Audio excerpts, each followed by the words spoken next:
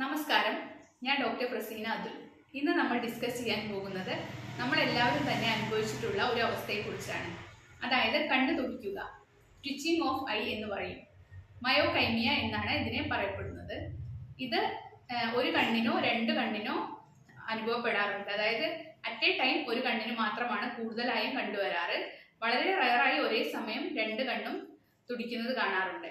ഇനി ഇത് വന്നാൽ ചിലപ്പോൾ മിനിറ്റുകളോളം, അതല്ലെങ്കിൽ ചിലപ്പോൾ മണിക്കൂറുകളോളമോ, വളരെ റയറായി ദിവസങ്ങളോളവും നീണ്ടു നിൽക്കാറുണ്ട്. ഇനി ഇതിനുള്ള കാരണങ്ങൾ എന്തൊക്കെയാണെന്ന് നമുക്ക് നോക്കാം. ഇതിന്റെ പ്രധാനപ്പെട്ട കാരണം എന്ന് പറയുന്നത് ഉറക്കക്കുറവാണ്. അതായത് സാധാരണയായി ഒരു ദിവസം 8 മണിക്കൂറെങ്കിലും ഉറങ്ങണം. സ്ഥിരമായി ഉറക്കക്കുറവുള്ളവർക്ക് ഈ മയോകൈമിയ കണ്ടുവരാറുണ്ട്.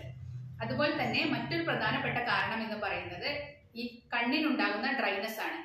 ഈ ഡ്രൈനെസ് ഉണ്ടാവാനുള്ള കാരണം എന്ന് പറയുന്നത് നമ്മൾ ഒരുപാട് സമയം കണ്ണിന് റെസ്റ്റ് കൊടുക്കാതെ മൊബൈൽ ഫോൺ അതല്ലെങ്കിൽ കമ്പ്യൂട്ടർ ഉപയോഗിക്കുമ്പോൾ കണ്ണ് ഡ്രൈ ആവുകയും ഇങ്ങനെ ട്വിച്ചിങ് ഉണ്ടാവുകയും ചെയ്യുന്നുണ്ട്.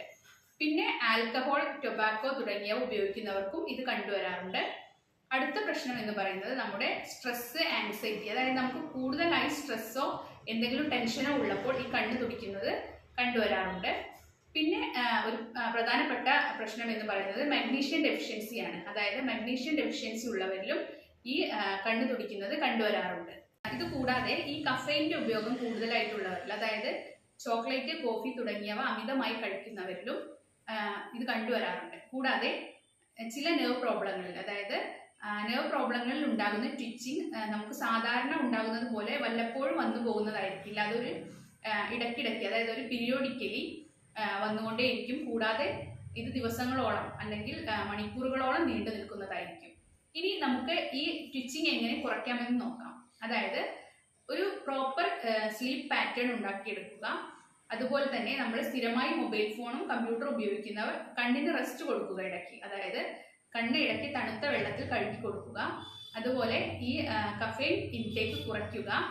അതുപോലെ ഈ മഗ്നീഷ്യം കണ്ടന്റ് കൂടുതലുള്ള, അതായത് ആൽമണ്ട്, കാഷ്യൂസ്, ബനാനാസ്, അതുപോലെ ഗ്രീൻ ലീഫി വെജിറ്റബിൾസ് തുടങ്ങിയവ ഭക്ഷണത്തിൽ ഇൻക്ലൂഡ് ചെയ്യുക. പിന്നെ ഇത്രയൊക്കെ ശ്രദ്ധിക്കുക. വീഡിയോ ഇഷ്ടപ്പെട്ടെന്ന് കരുതുന്നു. നന്ദി.